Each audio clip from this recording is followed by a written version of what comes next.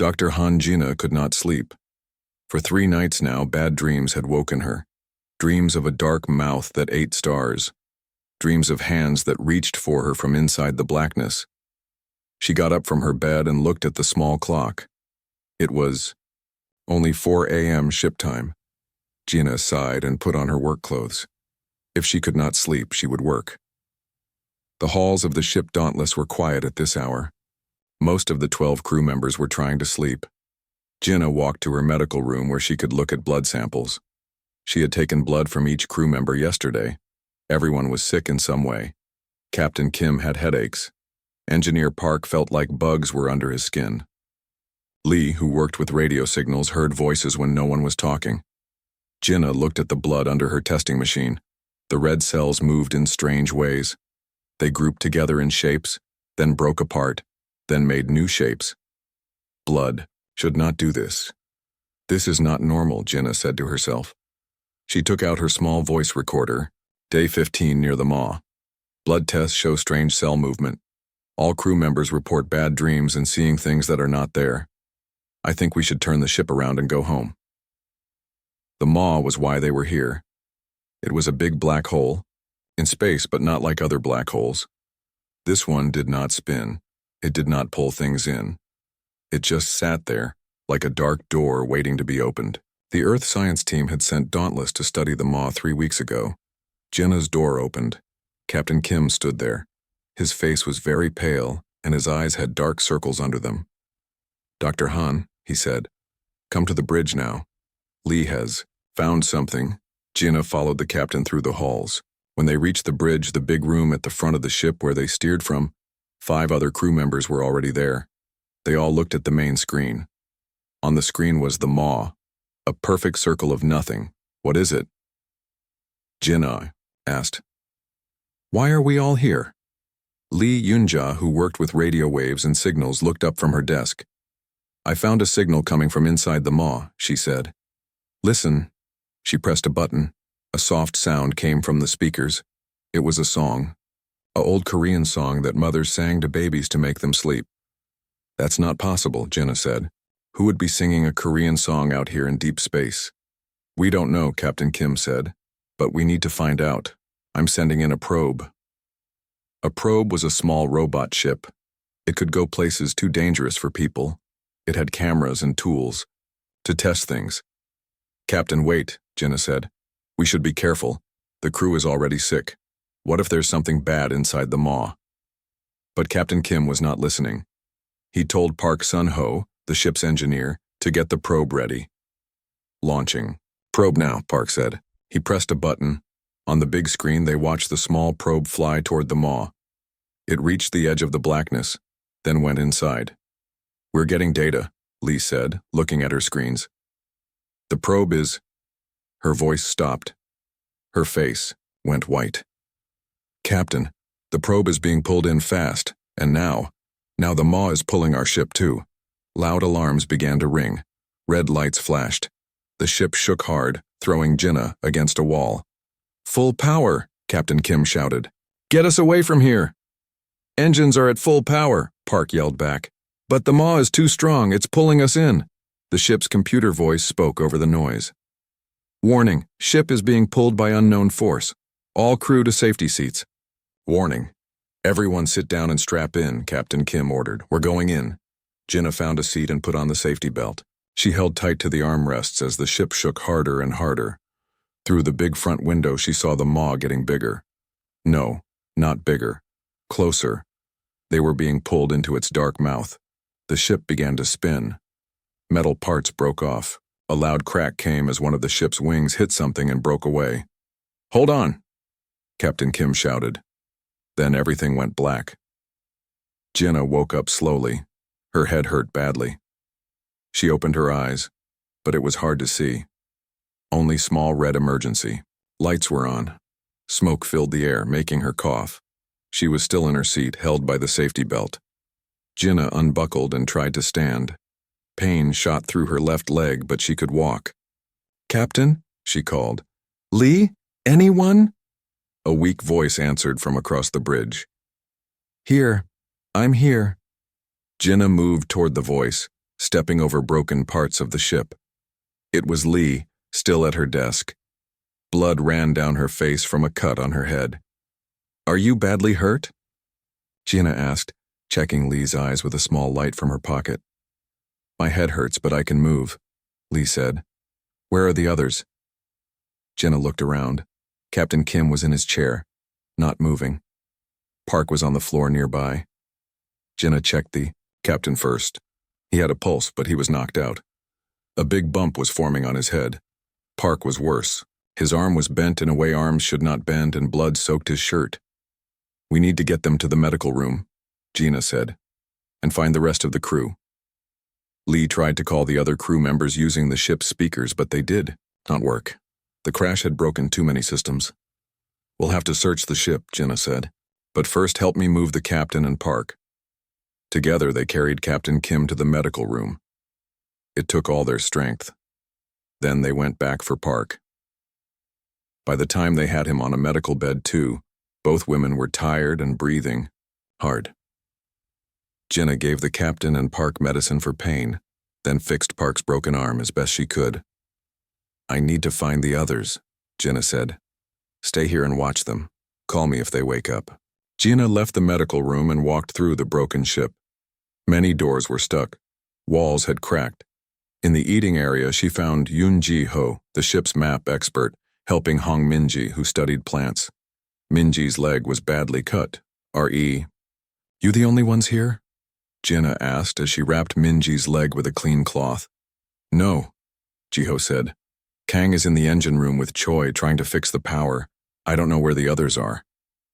"We need to find everyone," Gina said. "The ship is too damaged to fly. We need to know who's alive and who's—" She did not finish. A loud bang shook the ship. Then another. "What was that?" Minji asked, her eyes wide with fear. Gina moved to a small side window and looked out for the first time since the crash. She could not believe what she saw. They had landed on a strange place. The ground was rocky and red. The sky was dark but with no stars. And most shocking of all, the air outside looked like it had things swimming in it, like fish in water. But these were not fish. They were shapes Gina had never seen before. Another bang hit the ship. Gina looked for what was causing it. Then she saw it. A huge thing moved toward the ship. It was as big as a house. Its body seemed made of both metal and flesh. It had many legs like a spider, but they were different sizes and shapes. Some looked like human arms. The front of the beast opened up, showing rows of teeth that glowed blue. "What is it?" Ji-ho asked, now standing beside Gina at the window. "I don't know," Gina whispered. "But it's coming for us." The beast reached the ship and hit it again with one giant leg. The ship's metal wall dented inward. "It's trying to get in," Minji said, her voice shaking. "We need weapons," Ji-ho said. "We need to find Choi. He's security. He has guns." Gina nodded. "Yes. And we need to wake up the captain. We need a plan." The beast hit the ship again, harder. A small crack formed in the wall. "It's breaking through," Minji cried. "Run," Gina said. "Get to the medical room, now." As they ran through the broken halls of the Dauntless, Gina knew one thing for sure. They were not in normal space anymore. The Maw had taken them somewhere else, somewhere no human was meant to be, and they were not alone here. The beast hit the ship again. The walls shook. Gina, Ji-ho, and Minji ran to the medical room where Lee waited with the hurt Captain Kim and Park. "Something is trying to break in," Gina said as they entered the room. "We need to find Choi. He has guns." "I saw Choi go to the engine room with Kang," Ji-ho said. "I'll go find them." "No," Gina said. "It's too dangerous to go alone. Lee, stay here with the captain and Park. Minji, come with me and Ji-ho." The three of them left the medical room. The halls were dark. They used small light sticks to see. The ship shook again as the beast outside hit it. "The engine room is this way," Ji-ho said, pointing down a hall. "But the door might be stuck." They walked carefully through the broken ship. Parts of the ceiling had fallen down.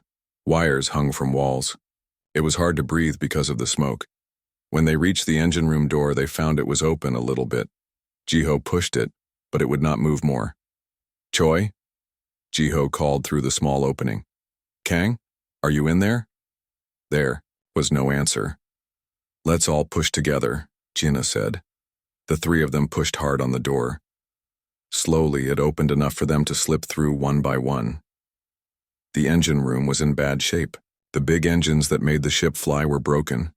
Parts were all over the floor. And there was blood. A lot of blood. Choi? Kang? Gina called, her voice shaking a little.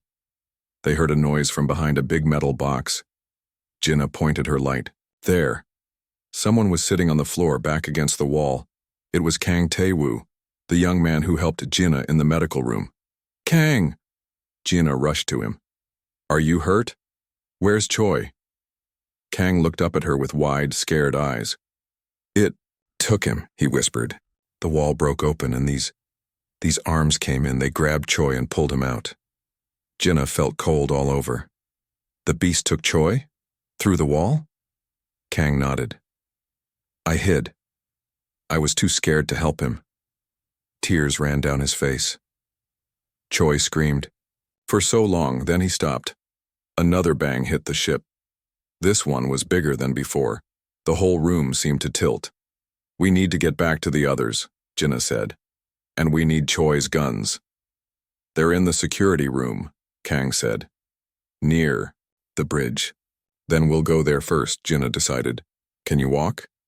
Kang stood up with Jiho's help. He was shaking, but he could walk. They left the engine room and headed for the security room. The ship felt different now. The air was colder. And there was a smell like old meat. Listen, Minji whispered as they walked. Do you hear that? They all stopped and listened. A soft sound came from somewhere in the ship. It was the same Korean lullaby they had heard before the crash.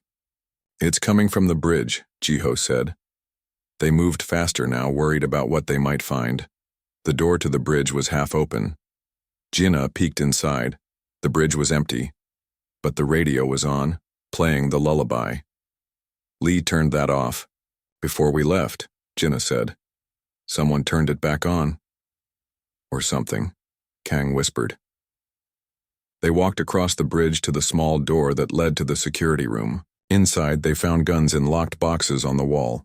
Jiho broke the glass on one box and took out 3 guns. I don't know how to use this, Minji said when Jiho gave her a gun. Just point and press this button, Jiho showed her. But be careful, don't shoot any of us. Jinna took a gun too, though she hoped she would not need to use it. She was a doctor. She saved lives. She did not take them. They headed back to the medical room, moving faster now that they had guns. When they got there, Lee was trying to wake up Captain Kim. He's starting to move, Lee said. I think he's waking up. Jinna checked the captain. His eyes were moving under his closed lids. His fingers twitched. Captain Kim, Jinna said loudly. Can you hear me? The captain's eyes opened. But something was wrong. His eyes were not normal. The white parts were now black, and the black parts were now white.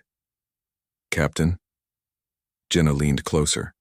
Captain Kim grabbed Jinna's arm with a strong, sudden, "Move, his grip hurt." "It sings to me," he said in a strange voice. "It calls me to join the great body. We will all be one soon." Jinna tried to pull away, but the captain held her tight. "Captain, you're hurting me," Jinna said. "Let go." Jiho stepped forward and pointed his gun at the captain. "Let her go," he said. The captain looked at Jiho with his strange backward eyes. Then he smiled. It was not a nice smile. "The small pieces think they can fight the great body," he said. "You will learn." Then he let go of Jinna and fell back, his eyes closing again. "What's wrong with him?" Lee asked, her voice shaking. "I don't know," Jinna said, rubbing her arm where the captain had grabbed her. "But I think the maw has done something to him. Maybe to all of us." Jinna looked at Park, who was still not awake. She lifted one of his eyelids. His eye looked normal. "We need to check everyone," Jinna said. "See if their eyes have changed." They all looked at each other's eyes. Everyone seemed normal. "Maybe. It only happens when you're knocked out for a long time," Minji suggested. "Maybe," Jinna said. But she was not sure. Another bang shook the ship. This one was so hard that Minji fell down. It's getting worse, Kang said. The beast is going to break in soon. We need to find the others, Jinna said. Na and Song are still missing, and we need to see what's outside. Maybe we can escape. I'll stay with the captain and Park, Lee offered. You four go look, Jinna nodded. Be careful. If the captain wakes up again, don't get too close. Jinna, Jiho, Minji, and Kang left the medical room. They split into 2 teams. Jinna and Kang would look for the missing crew. Jiho and Minji would try to find a way to see outside better. Jinna and Kang went to the living area where the crew had their small rooms. Most doors were stuck or blocked by fallen ceiling parts. They called out for Na and Song, but there was no answer. Then they heard a scream. That's Minji, Kang said. They ran toward the sound. It came from a small side room that had windows. When they got there, they found Jiho holding Minji, who was crying. What happened? Jinna asked. Jiho pointed to the window. Look outside, but be ready, it's not what you expect. Jinna went to the window and looked out. The ship had landed in a wide, open space. The ground was red rock. The sky was dark red, like old blood. But what made Jinna gasp was what she saw moving across the land. Many beasts, like the one that was hitting the ship, crawled around. Some were small, like dogs. Others were huge, bigger than houses. They all looked like they were made of both metal and flesh. And then Jinna saw something that made her heart stop. Some of the beasts had human parts, an arm here, a leg there, and on one large beast a human face was stuck to its side. The face was moving like it was screaming, but no sound came out. Is that Choi's face? Kang whispered beside her. Jinna could not answer. She felt sick. The face did look like Choi's, but how could that be? The beast had taken Choi less than an hour ago. We need to get out of here, Jinna said at last. We need to fix the ship enough to fly away. I don't think we can, Jiho said. The engines are destroyed. And even if we could fix them, where would we go? We don't know where we are. A loud crash came from somewhere in the ship. Then they heard Lee scream. The medical room, Jinna said. Run! They ran through the halls, guns ready. When they reached the medical room, the door was broken open. Inside, the beast stood. It was even bigger up close. Its body was a mix of shiny metal and wet red flesh. It had many arms of different shapes. Some looked like machine parts. Others looked human. Lee was backed into a corner, her eyes wide with fear. The captain was not in his bed. Park was still there, not moving. The beast turned toward Jinna and the others as they entered. A part of its body opened up, showing rows of blue, glowing teeth. And in the middle of those teeth, Jinna saw Captain Kim. He was being pulled into the beast's mouth. But he wasn't fighting. He was smiling with those strange backward eyes. Join us, he said in that wrong voice. Become part of the great body. Then the beast's mouth closed and Captain Kim was gone. Come on, Jinna called. Lee looked at them, then at the beast. She took a deep breath and ran for the door. The beast reached for her with 3 different arms. One arm looked like metal. One looked like a human arm but too long. The third was like a rope made of red flesh. Lee was fast. She dodged the first 2 arms, but the rope-like one caught her leg. She fell hard to the floor. Shoot it. Jinna yelled to Jiho, who had a gun. Jiho fired at the beast. The loud bang hurt Jinna's ears. The bullet hit the beast but did nothing. It was like throwing a small rock at a tank. The beast pulled Lee toward its mouth. She screamed and grabbed at the floor, trying to hold on to anything. Jinna knew they couldn't save Lee. There was no time. We have to go, she said, pulling at Minji and Kang. Now! They ran down the hall away from the medical room. Behind them, Lee's screams stopped suddenly. Where do we go? Minji asked, crying as they ran. That thing killed the captain and… We need to hide, Jinna said. Find a place the beast can't reach. The air vents, Kang suggested. They're too small for that thing to follow us. Jinna nodded. Good idea. Where's the closest entry point? This way, Kang led them down a side hall to a small room full of pipes.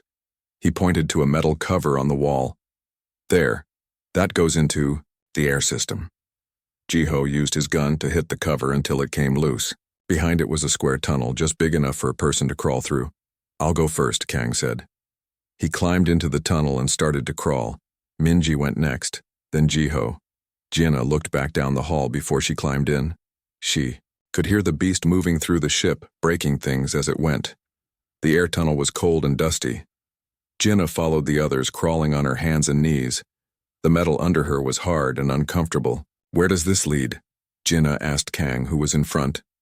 "There's a central hub where all the air tunnels meet," he said. "We can decide where to go from there." They crawled for what felt like a long time. Jinna's knees hurt. Her arms were tired. But at last they reached a bigger space where several tunnels came together. "We should rest here," Jinna said. "Catch our breath." They sat in the hub, breathing hard. No one spoke for a few minutes. "What was that thing?" Minji finally asked. "And what did it do to the captain?" "I don't know," Jinna said. "But I think it somehow got into his mind. Changed him. Did you see his eyes? They were backward. And he wanted to join that beast," Jiho said. "He went willingly into its mouth." Jinna thought about the face they had seen on the beast outside. "I think the beasts don't just kill people," she said slowly. "I think they take them, add them to their bodies somehow." "That's why Choi's face was on one of them," Kang whispered. "He's become part of it." The idea made Jinna feel sick. To be eaten was one thing. To be added to the beast, to become part of it but still be aware, that was much worse. "We need to find out more about these creatures," Jinna said. "And we need to find a way to contact Earth or another ship." "The radio room," Jiho said. "If we can get there, maybe we can send a message." "But the radio might not work here," Minji said. "Wherever here is. We have to try," Jinna insisted. "Kang, is there an air tunnel that goes to the radio room?" Kang thought for a moment. "Yes, that one." He pointed to a tunnel on their right. "Then that's where we go," Jinna said. They were about to start crawling again when they heard a sound from one of the other tunnels. A scraping noise like something hard being dragged over metal. They all froze. "What's that?" Minji whispered. The sound came again, closer now. Jinna put her finger to her lips, telling everyone to be quiet. Something was in the tunnels with them. Jinna looked around for a weapon. Jiho still had his gun, but firing it in this small space would be dangerous. The sound could hurt their ears badly. The scraping got louder. It was coming from the tunnel they had just crawled through. Then they saw it. A long, thin arm reached out of the tunnel. It was not human or machine. It looked like a bone with skin, stretched too tight over it. The end split into 3 finger-like parts that clicked against the metal floor. "It found us," Kang whispered. "Go!" Jinna pushed Minji toward the tunnel that led to the radio room. "Hurry!" Minji started to crawl. As Jiho followed, Kang went next. Jinna was about to go when the bone arm shot forward and grabbed her ankle. Jinna kicked at it, but it held tight. The arm began to pull her back toward the tunnel it had come from. "Help!" Jinna yelled. Jiho turned and crawled back. He aimed his gun at the arm and shot it. This time the arm broke. Black liquid sprayed out, burning where it touched Jinna's skin. "Ah!" she cried out from the pain. The liquid felt like fire. Jiho pulled her toward the radio room tunnel. "Come on!" They crawled as fast as they could. Behind them, more bone arms reached out from the tunnel, feeling around for them. They reached the radio room and kicked out the cover. They fell into the room, all 4 of them breathing hard from fear and effort. The radio room was small but had many machines for talking to Earth and other ships. Jinna went to the main radio and turned it on. Nothing happened. "The power is out," she said. "We need to get the backup power working." "There's a small generator under the floor," Jiho said. He moved a panel on the floor and reached down, pulling up a box with wires coming out of it. "Can you make it work?" Jinna asked. Jiho nodded. "I think so. Give me a few minutes." Jiho worked on the generator. Jinna checked Minji and Kang. They were scared but not hurt. Jinna looked at her own ankle where the bone arm had grabbed her. The skin was red and blistered from the black liquid. "That needs medicine," Minji said, seeing the burn. "Later," Jinna said. "First, we need to call for help." A loud bang came from outside the room. The beasts were in the hall looking for them. "Hurry," Jinna said to Jiho, who was still working on the generator. "Almost there," he said. He connected. 2 wires and the radio came to life with a soft hum. Jinna grabbed the radio microphone. "This is Dr. Han Jinna of the research ship Dauntless. Can anyone hear me? We need emergency help. We have crashed inside the maw. There are creatures here. They've killed most of our crew. Please, if anyone can hear this, send help." She released the button and waited. There was only static. "Try again," Kang urged. Jinna was about to speak into the microphone again when they heard a voice from the radio. It was faint and broken up, but it was a human voice. "D. Dauntless, this is rescue ship Horizon. Your signal. What? Location?" "We're inside the maw," Jinna said quickly. "I don't know exactly where. There are red rocks and a dark, red sky, and beasts made of metal and flesh. They've taken most of our crew. Understand, maw? We are approach. Can you signal?" "I don't know how to send a signal they can follow," Jinna said to the others. "The emergency beacon," Jiho said. "I can set it up with the generator." Another bang came from outside, closer this time. The door to the radio room shook. "They found us," Minji whispered. Jiho worked fast, connecting the beacon to the generator. A small red light began to blink on the device. "Horizon, we're activating our emergency beacon," Jinna said into the radio. "Please hurry, the beasts are breaking into the room." Received. Beacon detected. Stay. Coming for. The radio went dead as something large hit the door, denting it inward. "They're here," Kang said, backing away from the door. The door broke open. A beast stood there, smaller than the first one they had seen, but still big enough to fill the doorway. It had many eyes all over its body, all looking at them, and next to it stood Na Hee-jin, one of the missing crew members. But Na's eyes were backward like the captain's had been, and black veins showed under her skin. "Join us," Na said, her voice not her own. "Become part of the great body." The beast reached for them. The beast filled the doorway of the radio room. Na stood next to it, her eyes backward and black veins under her skin. The 4 survivors were trapped. "What do we do?" Minji cried out. Jiho raised his gun and fired at the beast. The bullet hit. It but did nothing, just like before. "The window." Jinna pointed to a small window on the far wall. "Break it." Kang grabbed a chair and threw it at the window. The glass broke with a loud crash. Cold air rushed in. "Go." Jinna pushed Minji toward the broken window. "Climb out." Minji went first, cutting her hands on the broken glass. Jiho followed. Then Kang Jinna was about to climb out when Na grabbed her arm. "Stay with us," Na said in that strange voice. "Join the great body." Jinna pulled away hard. Na's grip was strong, but Jinna was stronger. She broke free and climbed through the window, her clothes tearing on the sharp glass. Outside, they found themselves on a narrow ledge. The ship had crashed, at an angle with one side partly buried in the red rocks. They were about 3 meters above the ground. "We have to jump," Jinna said. They jumped one by one. The ground was hard when they landed. Jinna's legs hurt from the fall, but nothing seemed broken. "Run!" she shouted. "Get away from the ship!" They ran across the red, rocky ground. The air felt thick and hard to breathe. The dark red sky had no sun, but there was still light from somewhere. Jinna looked back. The beast was breaking through the radio room wall, making the hole bigger so it could follow them. Na was already climbing out the window. "This way," Jinna pointed to a group of tall rock shapes ahead. "We can hide there." They ran faster, their lungs burning from the strange air. Gina's ankle hurt where the bone arm had grabbed her earlier. The burn from the black liquid was getting worse. They reached the rocks and went between them, finding a small space where they could hide. The rocks formed a kind of circle around them. "Do you think they saw where we went?" Minji asked, breathing hard. "I don't know," Jinna said. but we should keep quiet, just in case.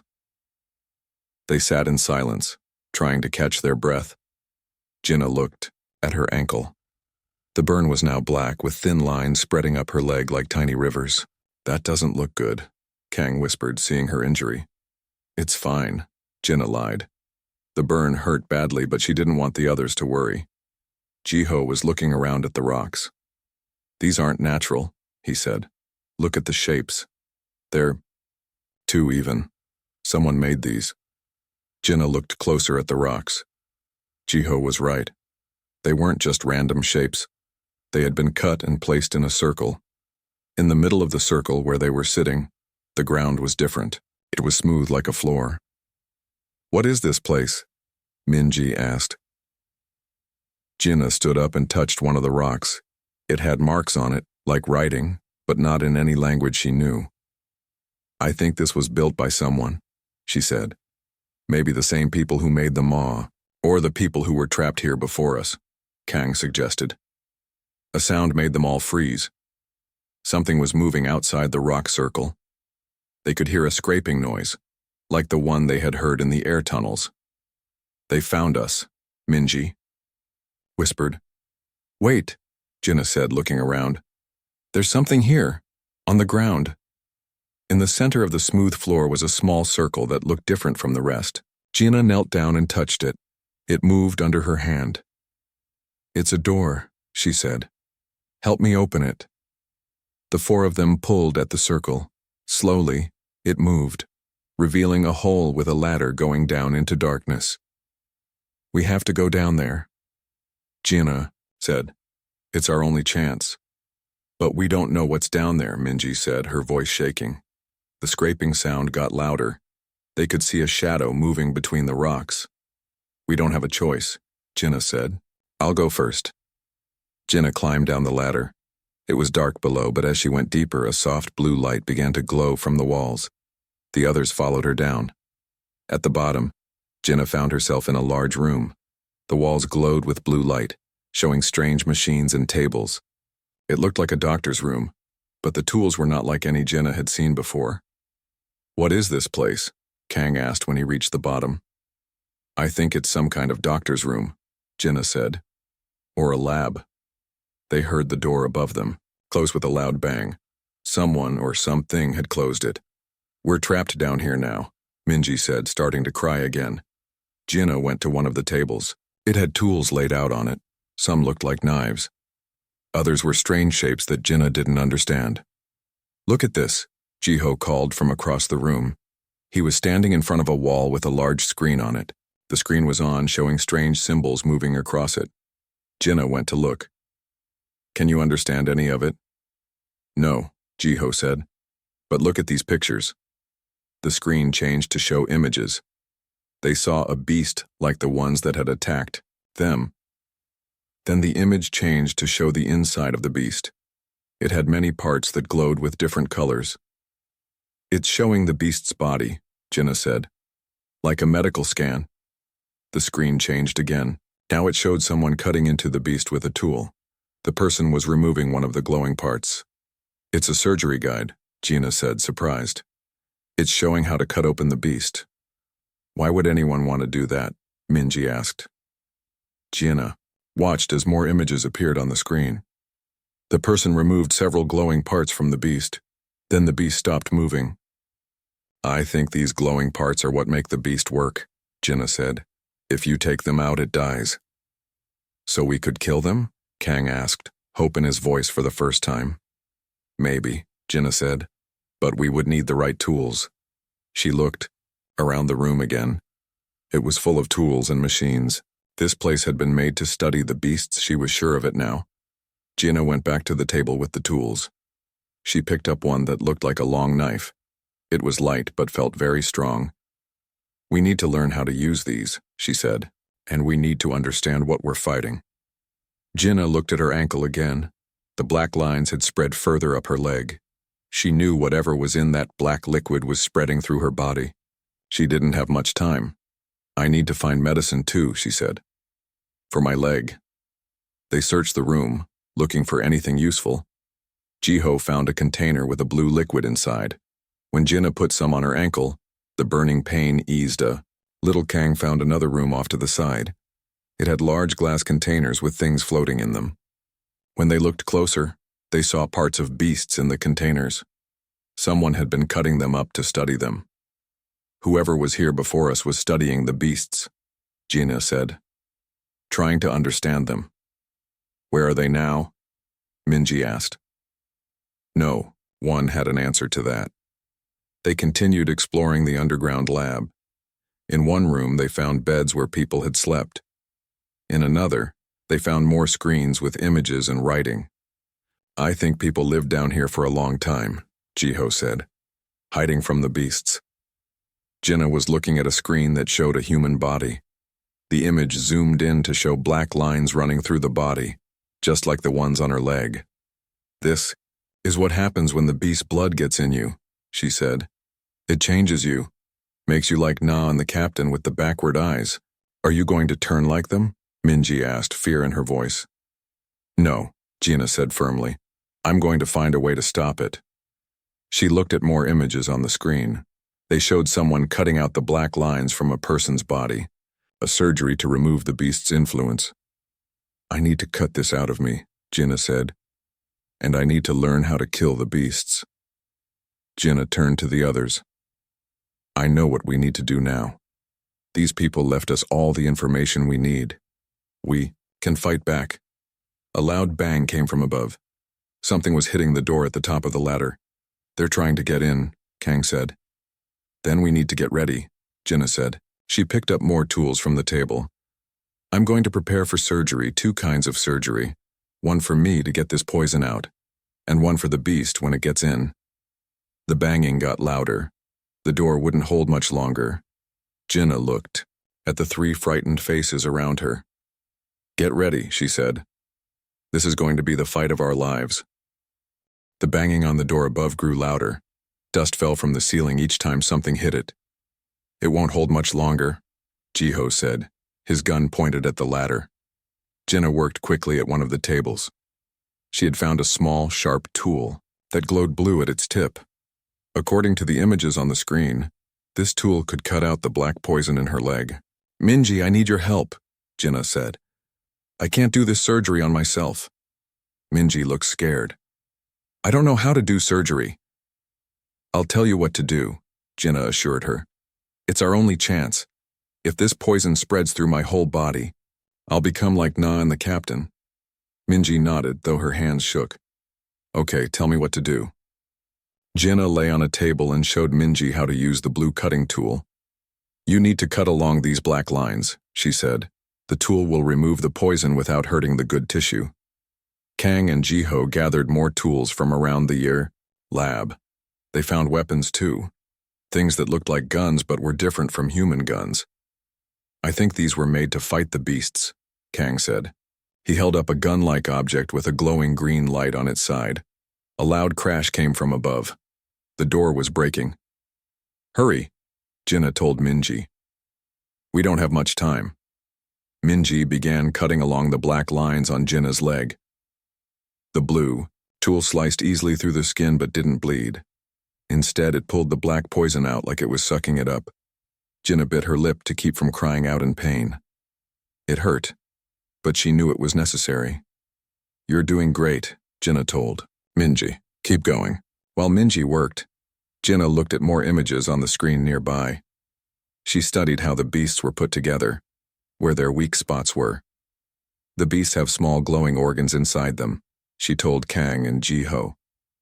Like brains, but there are several of them throughout the body.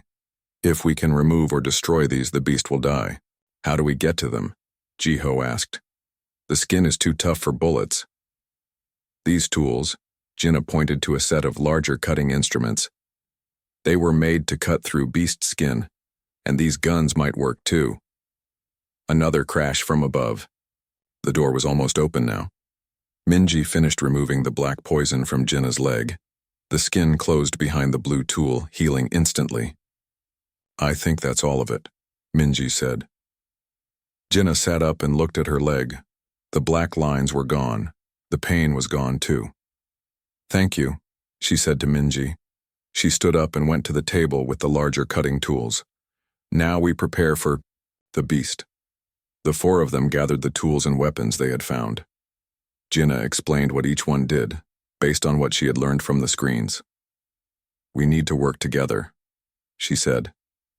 The beast is strong, but now we know how to hurt. The door above finally broke open with a deafening crash.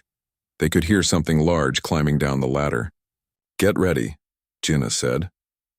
The beast that came down was bigger than the ones they had seen before.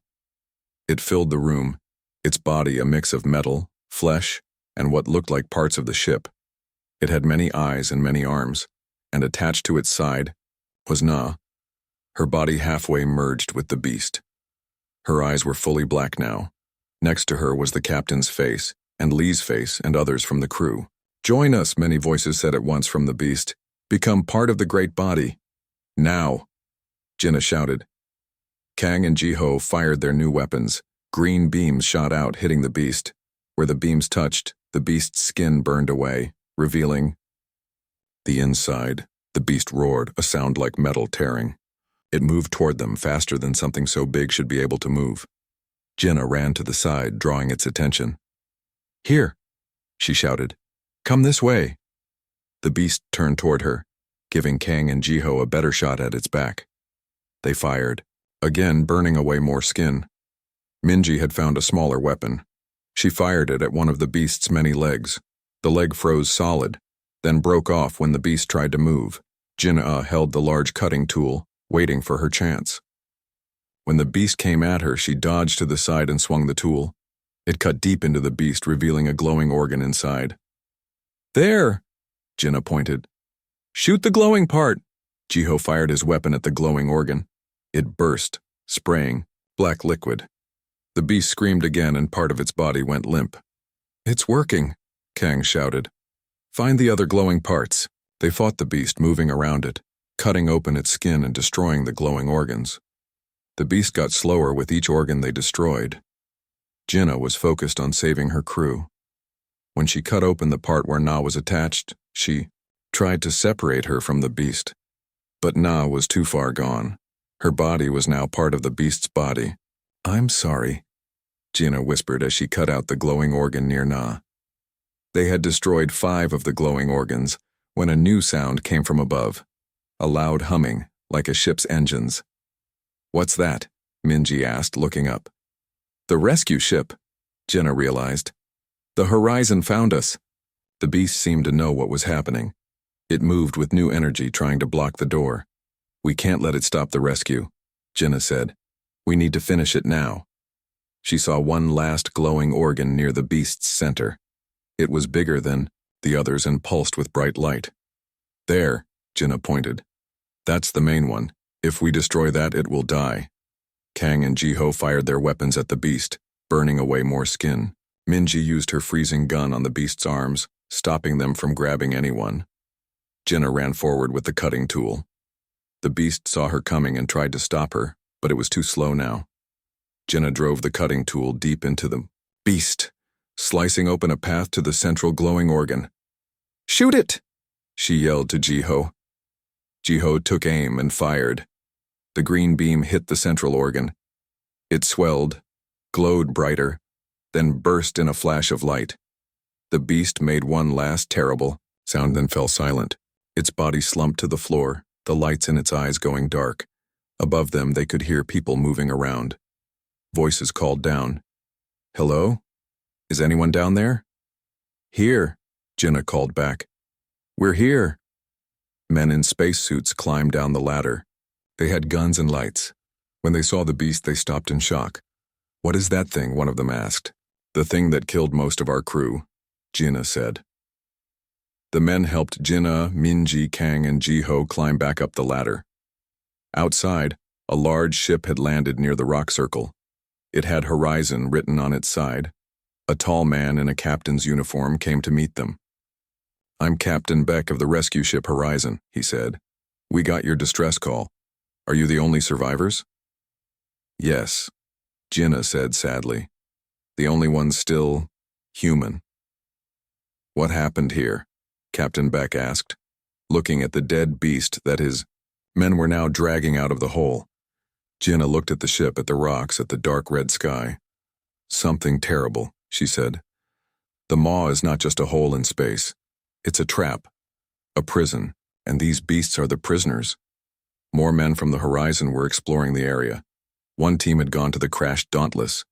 "Captain," one of them called over the radio, "you need to see this, in the ship. There's a huge beast, and someone is cutting it open. A woman." Jinnah looked at Minji, Kang, and Jiho in confusion. "What? That's not possible. We're all here." Captain Beck led them back to the Dauntless. Inside, in what had been the main hall, they found a massive beast, bigger than any they had seen. It was still alive but couldn't move, and standing over it, cutting into it with tools like the ones they had found in the underground lab, was Jinnah. But it wasn't Jinnah. It looked exactly like her, but Jinnah was standing with the others watching. The other Jinnah looked up at them. Her eyes were normal, not backward. She wasn't controlled by the beast. She was operating on it, cutting out glowing organs and putting them in containers. "Who are you?" Jinnah asked her double. The other Jinnah smiled. "I'm you," she said. "From the future. The beasts don't just take bodies, they take time too." She turned back to her surgery. "I've been here for years now, learning how to save them. Our crew. They're still in there, still alive in a way. I can save parts of them." Jinnah stared at her double, at the beast, at the containers with glowing parts. Captain Bayek touched Jinnah's shoulder. "We need to go," he said. "It's not safe here." "But," Jinnah looked at her future self. "What about her?" "I stay," the future Jinnah said without looking up. "To finish what I started, to save what's left." As they left the Dauntless and boarded the horizon, Jinnah looked back one last time. Through the ship's broken wall, she could see herself, still, performing surgery in this hell on the beast that had killed her entire crew. But not for revenge, for rescue.